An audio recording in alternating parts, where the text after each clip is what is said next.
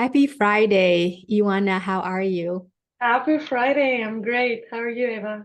It's wonderful to see you again. So thank you for coming on to our podcast. Today we're going to have another podcast. Welcome to IwA.ai. And the podcast is about innovate with authenticity. And today I am super excited to have Ioanna Manzuridu, who is the CEO, female CEO of Dexago. This is an AI platform that really to empower and evolutionize the way we work using soft skills. So all the things that we need in our time coming into next year. So with Thank you that, so much for having me. yes, and Iwana, what I love about you is that you're not, of course, you're smart, but you're also really not afraid to be bold and to really go deep. So I'm super excited to have our conversation today and really inspire all of you who are listening to this. So, first question for you, Iwana. Tell me about a moment where in your career, where technology and human compassion intersect, and what shaped your approach to creating Dexago, bringing that soft skill to help people at work. Awesome question. Looking back maybe a couple of years ago when I was working at IwA, was their VP of People and Chief of Staff. And IwA is a B2B SaaS revenue AI startup. So again, AI related, helping sales teams boost revenue by analyzing buying intent signals and network sales components to tell you who are your basically best or more likely to close in terms of deals, like who are your SQLs and how to approach them. I think I realized how much more effective our day-to-day at work can be with tech. That was like the moment I was like, whoa, this like makes prospecting so much easier. Like it's amazing to see how advanced tech is nowadays, but it's not that I saw so much the human-centric element the first time I had the realization. It's something that I saw progress the last maybe 12 to 18 months tremendously, because now you see more with like the virtual sales development representatives. They're called virtual SDRs. It's those systems that leverage all these technologies to actually send out the personalized message on your behalf. Like, you know how everyone gets those automated now emails and messages. However, no one opens them anymore because everyone has access to such tools. So now the next layer, the more human-centered one, is personalizing those very much so based on what the data says out there about you as a person, like the post you make, etc. So um, very connected to this, and looking also at my experiences hiring people, I realized that the most successful employees, the most successful leaders are those that have excellent soft skills, because sales is changing so much the last few years. It's becoming so much about community and about relationships and about bringing your authentic self to work, as your podcast is talking about. And it's not just, oh, you have a need, I have a product, because there's many products that can satisfy that need. Therefore, the ones that are going to be successful are the ones that have that touch of communication, collaboration, and all these elements. So to answer your question, how Dexago came about in that role, I was really thinking about how I can develop people's soft skills. How can I help a sales user become more empathetic in their outreach? How can I help a technical person communicate their vision to a non-technical person? And start looking into all sorts of tools out there, realizing that the corporate solutions have been so much, outdated. Learning is not personalized, and it's also not meant to create an experiential learning atmosphere for a user to develop soft skills, because by default they take time to be developed. These are skills that you have to learn through going through tough situations, like handling objections, talking with mentors, working in different teams, and that doesn't happen from one day to the next. So the idea of Text to Go as an AI coach that helps you in your day-to-day, both personally and professionally, arose. And how it works, just to give a better idea for the listeners, is through scenario-based challenges according to your role and industry. So for you, let's say for the podcaster side of you, a challenge could be, hey, Eva, you have a speaker, but they're really not actually answering your questions and they want to talk about like their dog. How do you shift the conversation? How do you go about it? And so you reply through video, and the AI coaches your facial expressions, your tone, your pitch, content of what you're saying, and helps you by giving you feedback back based on what you did great and what you can continue to improve on, giving you a different perspective. And over time, since it will understand you and your context better, will give you better feedback as well. And so that's really the high level summary of how we got here to support employees, but also companies to become better communicators, collaborators, and leaders. Thank you, Ioanna. And it hits all the notes in my in my book, because um, as a trusted advisor, as I'm going into each engagement, helping enterprises, helping mid-sized companies to go through a digital innovation or digital transformation, often, I talk about the technology, and technology is very important, right? Like even us, like even you're creating new technology to help companies. But then technology is not alone, is not enough. And that's what I experienced too, that communication, that authenticity that really connect people, because every time we change systems, it comes with emotions. Even if companies have missions, vision, and goals, is still drive from that emotion underneath it. And how do we communicate it to help people? And just like you say, a lot of time I go in the tech team, we just do what the business side is asking them to do. And yes, maybe in the end that's what we want to achieve, but I want to bring into a collaboration, because tech team has a lot of great ideas, and understanding the how is also very important in achieving a successful for the what and the why. And tech team has a way of looking at things that business might not. So collaborating and really help facilitate that using that soft skills, it's super important. So thank you for bringing it up.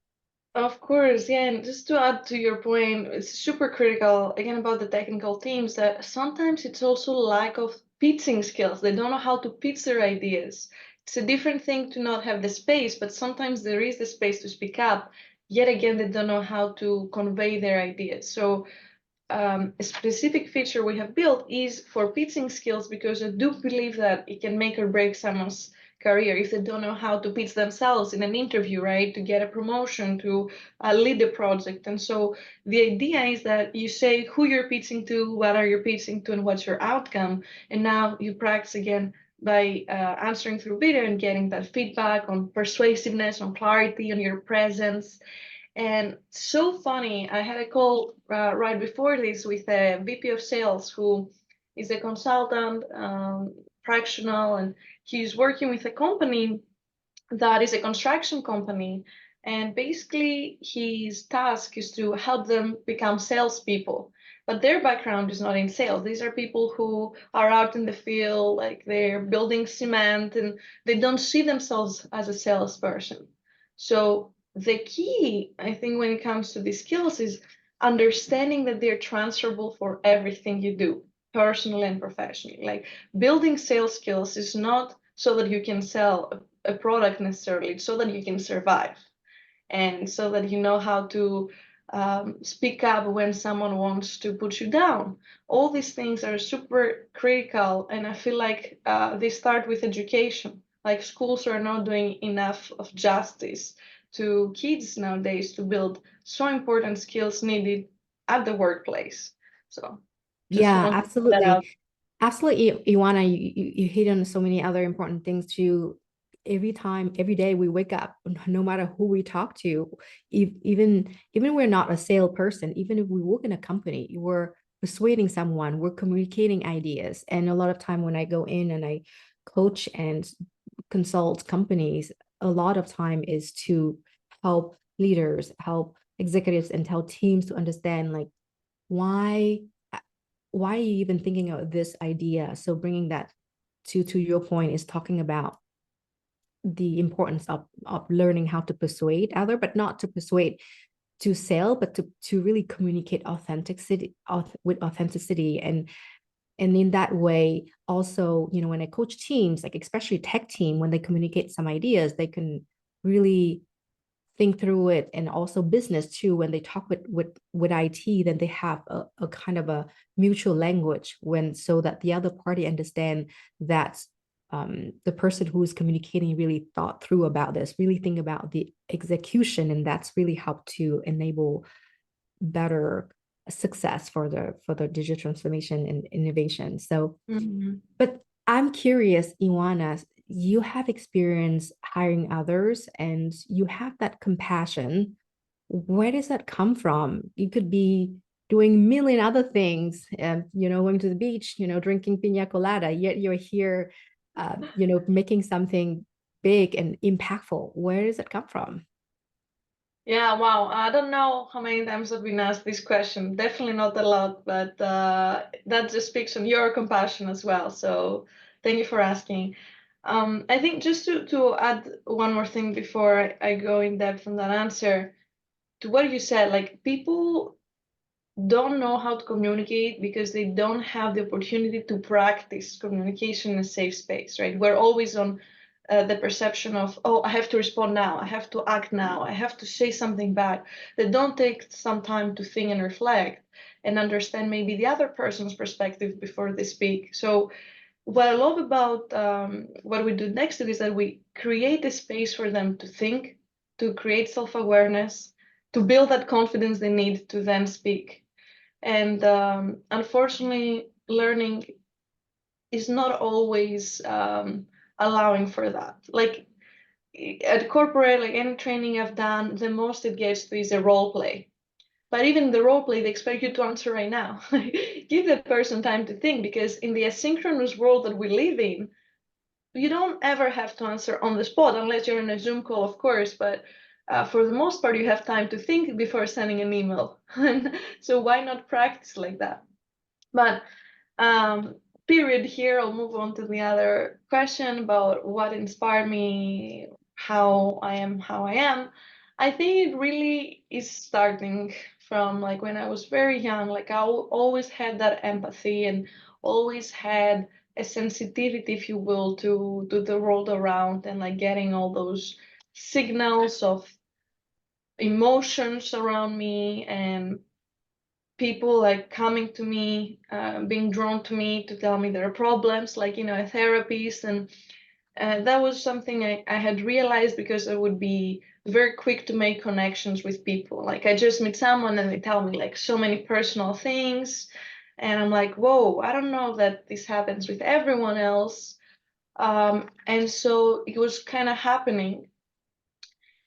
And that sensitivity also made me believe in my gut feeling a lot, like understanding, oh, I like this person or I don't like this person, not always being able to explain why, right? Like on a logical basis, but understanding that I have this gut feeling and instinct, if you will, that you talked also about in your previous episode, and learning how to trust it, I think was key. It was definitely not easy because with understanding people's emotions, you have to learn how to have your boundaries up, and that not everyone else's emotion is your emotion, and all. It's a complicated thing to go through.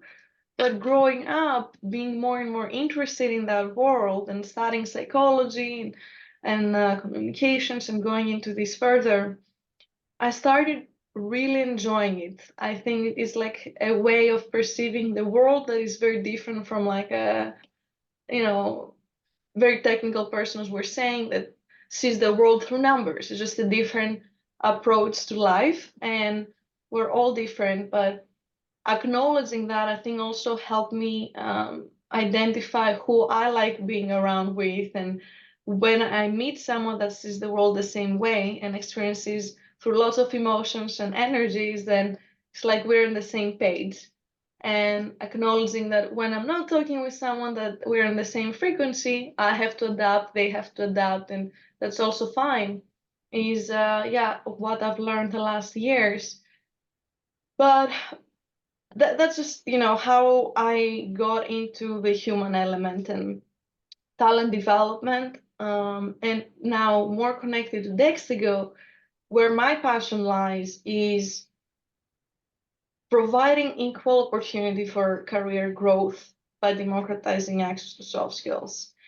What I mean with that is that I know a ton of talented people who don't have the soft skills to go and nail an interview, right? Or like um, be able to put themselves out there and network like crazy to find their next opportunity.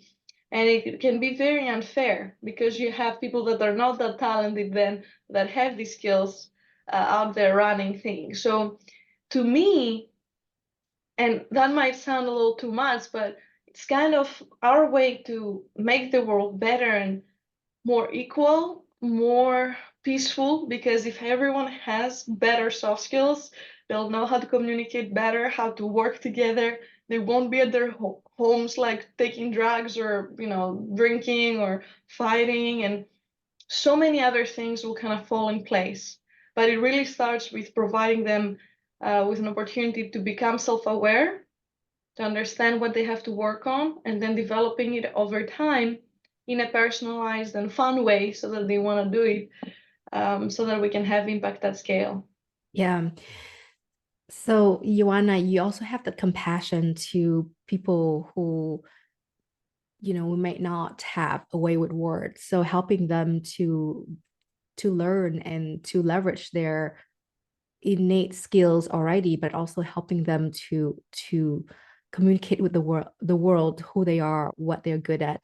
And you also talk about the implications, like ethical implications of the whole long term, right? Like if we have that ability, we can shine in our own way by communicating and connecting with others. They imagine what great we can do and eliminate potential other things that bringing us into the space that may be doing something that is not what we wanted to do in the first place. So Mm-hmm. so talking about this, what are some of the challenges you experienced in your own journey that really helped you to learn and be authentic in your line of work? How do you switch from challenge to opportunities? Yeah, great Example. question. Um, I think that first of all, without challenges, no one grows, and so I'm super grateful for every little challenge I've had, and I haven't had too many, so I'm grateful on that front too. But every difficulty, if you will, that I had from um, like trusting the wrong person, maybe, or spending too much time with someone that I shouldn't, and like they call this the risk of association, right? Like till I start to truly understand my gut feeling and taking action on that, I felt like I was too vulnerable at some point in my career and as I was growing up that um, it takes, lots of weird circumstances for you to be able to find that strength in you to say, like, no, this is not for me, or no, like, I'm not going to work with this person. And I know my focus. And because since I was young, I always wanted to do a ton of things. I was super energetic. I was involved with everything, like from school. Like, I remember one time a teacher had to sit me down and say, hey, like, you should not continue doing everything. And I was like, no, you're wrong. Like, that's my way of being. I love being involved in many communities, and I see how things are interconnected. So it's not a distraction for me. But what this leads to is, as I was saying earlier, being in too many different rooms with different energies. And different people have different priorities. They see the world from a different angle. So for a period in time while I was trying to understand, what's my world, and now I know like my people are executive coaches, my people are psychologists, therapists, professors in education, things like that. It took me a while, yeah, and as a result, I wasn't so sure when to say no. And since, I created my self-awareness and my focus, I've been so much more mindful and stronger to say, no, I can't get involved in this too. And now putting more effort and more focus on one thing, I can see more results. There's actually something awesome I read the other day. Like Tony Robbins has his own way of teaching the success cycle. And he says, lots of times you might see negative people and they're going into that negative spiral again and again. But on the other hand, you see positive people and they're only getting happier and happier. And the reason why this exists is that once you have that self-belief, and you've seen something, your vision, you'll do the most action possible, therefore you'll get to great results. When you half believe it or you don't believe it, you won't really try hard, and so the results will be poor. But the way to master your mind and your success is to be able to create that vision in your lowest days, because everyone will have some bad days. So the most successful people are those that even when everything goes down the hill, they can say, sweets, that's the vision, let's go. And that is something you have to master for yourself, like no one else will. So when you're in too many things and too many distractions around you, you're losing that ability because you don't know what you want to see. Do you Yeah. want to see vision, that vision? Or, okay, I'm creating a life that's more like homogeneous in terms of things that are connected to that vision and being able to do it easier. Yeah, and Ioanna, you mentioned so many great things there, like as I coach and consult and be on the, on an engagement with the entire organizations. Sometimes, like I have to tell leaders too, right? Like too many priorities mean no priorities. You didn't mention exactly this word, but like there's so many Yeah. distractions, then you get distracted yourself, and then you can't really do one thing well. You also mentioned something great, which is like not just knowing, having that self-awareness to know that you're in too many things and saying no to the thing that does not serve your purpose, and then really stick with your purpose and go forward. So what kind of skills do you use when you are in that space where you realize that, oops, I might be in so many priorities, and what did you use to bring you back to focus to your purpose and priorities? One framework that's more professional, that's something I've seen many companies use and actually learned from an accelerator, is a bubble model where in the middle you have your main goal, like let's say revenue goal or getting a funding round done, whatever that might look like for you. Then you start putting left and right all sorts of things that you're currently doing. And you start seeing which of them are actually directly impacting, let's say, revenue. And then putting a number of, if we're talking about marketing, like a number of like trade shows you need to go to get there, or a number of campaigns you have to set up to get that number. And then say, how about today? How many of these am I actually doing? And how many of these do I want to get to? Then prioritize it based on the ones that have the biggest impact on that main goal. And now you have like the perfect plan. And so when you go out and you get distracted and stuff, you can come back and say, all right, so I'm doing something that's totally unrelated. That's it. That's not going to help me get to my goal. Let me go back to that list and see what's prioritized. And because it's something you've created for you, and you can do the same thing for your personal life, like, oh, I want to lose X kilos or, pounds. What do I have to do? Diet, walk, Zumba, all these things. It translates to everything. You can count yourself accountable for these things. And that's what I do. Like I have a lot of small plans like these every day, and I go back to them and I say, okay, that's my goal. And it's a lot of conditioning. Like you have to say to yourself many times, you have to have the discipline and being obviously kind to yourself when you have forgotten and strayed away. So it's not perfect, but I think it's important to have that framework in one way or another.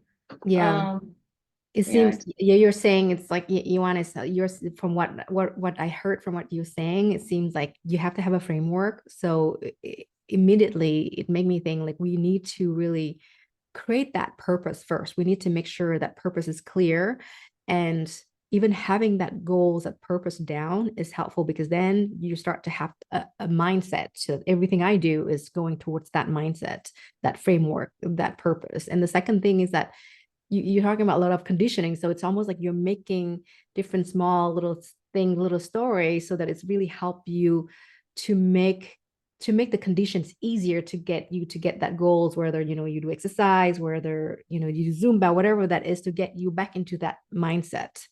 So that is fantastic tools. Thank you for sharing that, Ioanna. So if so you're into AI, I'm into AI, like we're all about make using AI to help the future of work.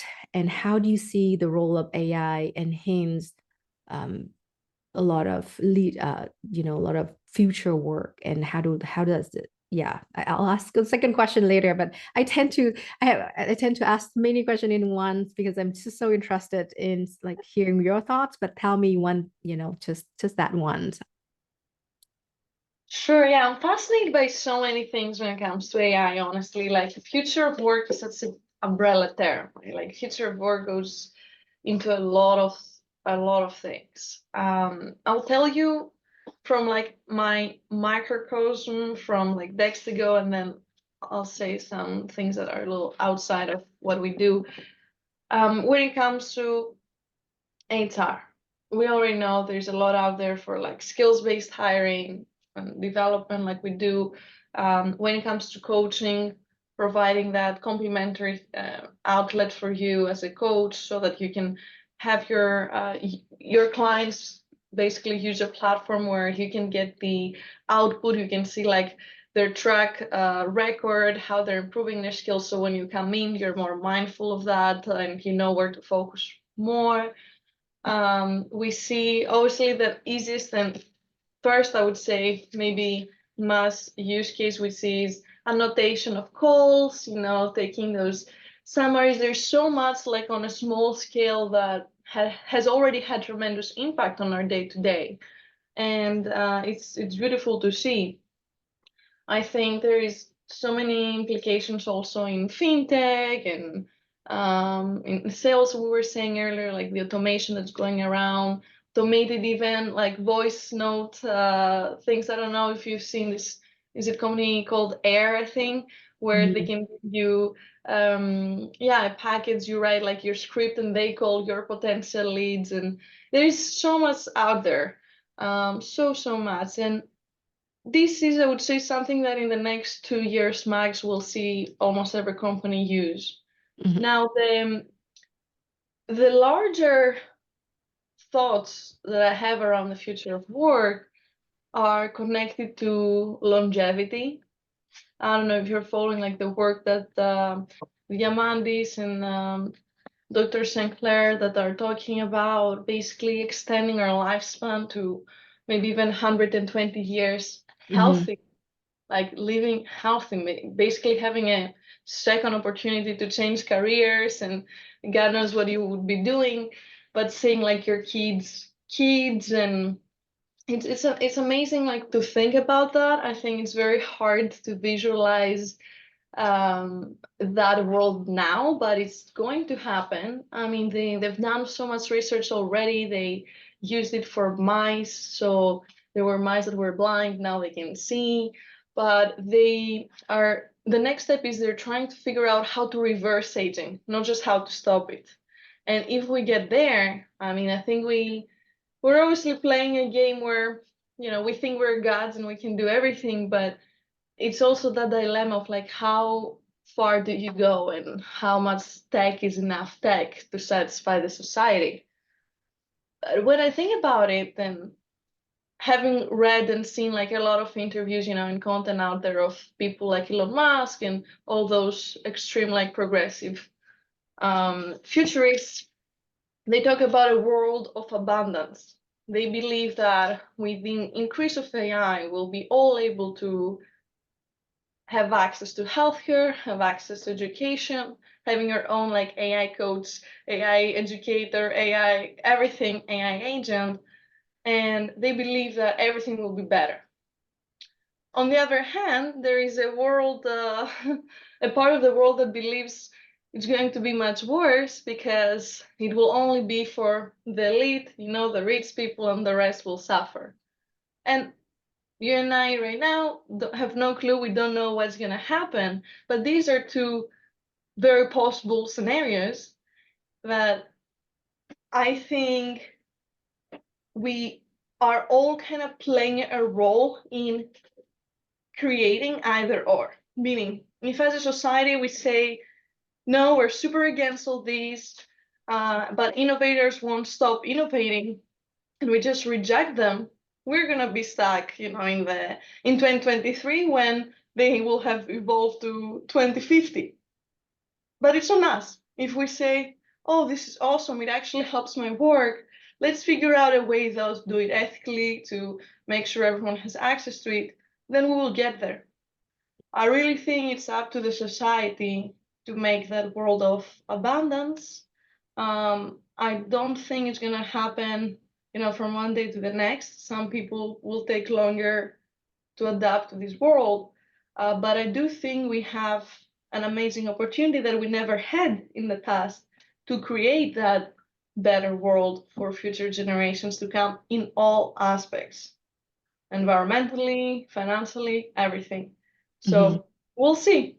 What Yeah. do you think? What do you believe? Yeah, I mean, first of all, like as you're saying that, I literally have goosebumps because you know how much you and I were both, right? Like we're into technology and helping people. And what resonate with me a lot when you mention is we have an opportunity to create a world that meaningful. You didn't say the exact word, but it's up to us whether we use the technology to help our human mankind or we use that to to do the other ways, or to do something that is not serving us. And you mentioned ethic is so big on in AI, and probably another topic, like I have to bring you back. Like let's talk about topic ethics all the way. But yes, the future is dependent on us. How do we use technology to create a more ethical, more balanced, more equitable, and more healthy world for all of us, so that we can leave that 102 years old and experience and see how the world's going next. So with that, what your advice for companies who are going into these changes, and what would you tell them? I would tell them that they shouldn't innovate with a tech-first approach rather than a user-centric approach. Approach is all about helping and supporting a human need. Um, it's very easy, I think, for entrepreneurs to get trapped into the thinking of, oh, I'll just take something that exists and make it better and make money, or oh, I'll take something and put it in different market. Like all these strategies that exist, for people to go to market, especially in such a competitive space. I think um, it's a vicious cycle. Like there's always someone that'll do something better, or lower their pricing, things like that. But there's also a lot of problems in the world that haven't actually been solved. And I think putting our efforts and our thinking there, and being, from day one ethical, because you're actually solving a pain point and providing to the community, and you're taking all the AI measures to be ethical, etc., then you're kind of set up for success. Versus if you're doing everything opposite, and then one day you're trying to suddenly add ethics as a layer and make it like ethical then you're set up for failure. It's like, when I was talking to someone about this, like when a CEO is asked, "Oh, what did you do about X?" And then after the fact, they go and like fix it, right? And like they put something on their website. Like we have an ethics in AI statement on our website, a DI statement that explicitly says that's that's all we do, because I myself am an immigrant female founder, my co-founder is as well diverse founder. Like if we don't do this, if we don't have ethics in mind, then who will, right? Uh-huh. And so I think they just have to take a step back and think through it more, like why they build what they build.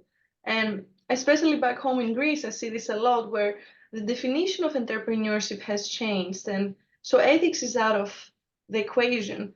There's a lot of people that think making money is just about buying houses and selling them, or um, I don't even know, like buying shoes and selling them for a higher price, things like that. This to me is not true entrepreneurship. This is just doing something proven a lot of times that can make you some money and just making an extra stream of revenue.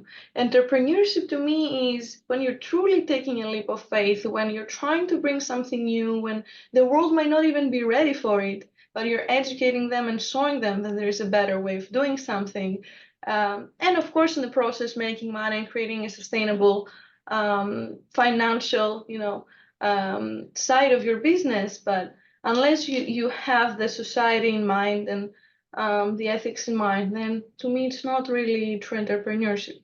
Yeah. So you mentioned a lot of great things there, Ioanna. In innovation and entrepreneurship come from original ideas. It's not just about a quick fix here. I mean, there's nothing wrong with it, just to see things here and there, but to create a sustainable world, you can correct me if I'm wrong, but what I got from you is like to create a sustainable world, we have to take a step back and weave that ethics and weave that purpose, why we're Mm. doing things that create a sustainable long-term profit, but also create great, implication and help for others in the world. So Since I was 15, like I always did entrepreneurship programs, business programs. I knew I wanted to be in this space, making some sort of an impact and adding some value in the world. But it took me years to realize how to do it, because I would think to myself like, oh, how about like I do something in marketing or this or that department? And I was always stuck because I felt like I was hitting a ceiling. Like there's so much I can do to help that department or that market.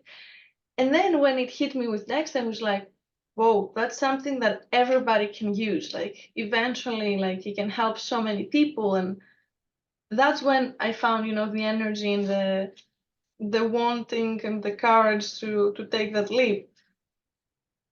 And I think that's the problem, because lots of startups begin and fail. Obviously, we know the stats, and it's super hard to make it, but maybe it's because we're solving wrong problems. yeah, absolutely. This is why like it's so critical for me to take that time out every time I go into an organization. We need to understand, is this problem is the right problem to be solved? Is the challenge is big enough so that we should be tackling it? And then how are we going to go about it? And how do we align people in organization? Well, thank you so much, Ioanna. You have given a lot of wisdom today. Any last word before we end? Any insight even today that you're taking away? Right. I think together we're always stronger. No matter what we do, there's always ways to collaborate and partner with others. And I just encourage people in 2024 to start thinking who they should work with, why they should work with them, and trying truly to find like-minded people so that we can accelerate whatever we're doing as individuals. And like I'm saying that because recently I was a co-author of a book with like 20 something authors on education, and we're talking about reinventing education. And this part one of like many books that this organization is creating. with the idea being that there's a lot of professors and founders left and right making changes locally. But if we can put everybody in one place, we can have much bigger impact. And so I think this exists for every community and every type of industry. So I'll just, yeah, leave everyone with that. Think about how you can create your own village. Yes, absolutely. Collaborate, collaborate, and collaborate. That is one of my mojo as well in conducting my business. We're always stronger when we're together. But just make sure you know who you're collaborating with and why. So thank you for this time. If audience wanted to reach out to you, how do they do that?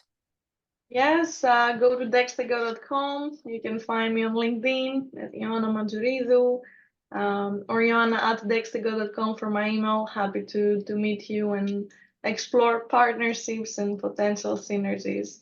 But thank you so much, Eva. I really enjoyed the time with you, and thank you for your questions. Well, thanks to you. Let's do more of this. Let's collaborate in 2024. Absolutely, absolutely. Thank you for listening to IwA.ai Innovate with Authenticity. See you next time.